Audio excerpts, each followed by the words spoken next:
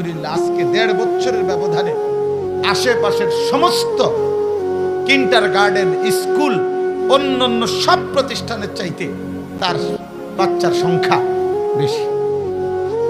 এবং তার কথা হলো, হুজুর আমার ফুজি এটাই, সব কথার এক জবাব মেহনত। কে খোসা দিছে, কে গুতা দিছে, কে দমক দিছে, কে বিরোধিতা করছে, কে শত্রুতা করছে, তোর শত্রুতা লইয়া তুই থাকবে, কোনো দেখার বিষয়। মেহনত,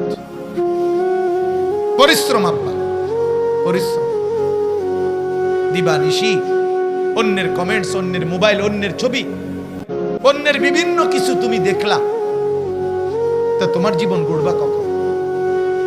আমার উস্তাদে মুহতারাম আল্লামা হারুন আল মাদানী দামাত বারাকাতুহুমুল আলিয়া, অনেক বড় মুহাক্কিক, বাংলাদেশের একজন শ্রেষ্ঠ অন্যতম বুজুর্গ আলেম, নোয়াখালী লক্ষ্মীপুর টুমচর ইসলামিয়া কামিল মাদ্রাসার সাবেক প্রিন্সিপাল, শেখুল হাদিস, অনেক বড় বুজুর্গ আলেম।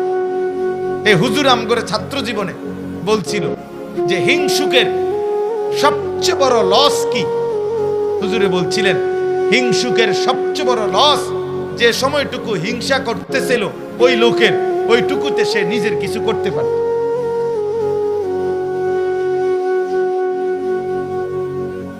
সে নিজের কিছু করতে পারত।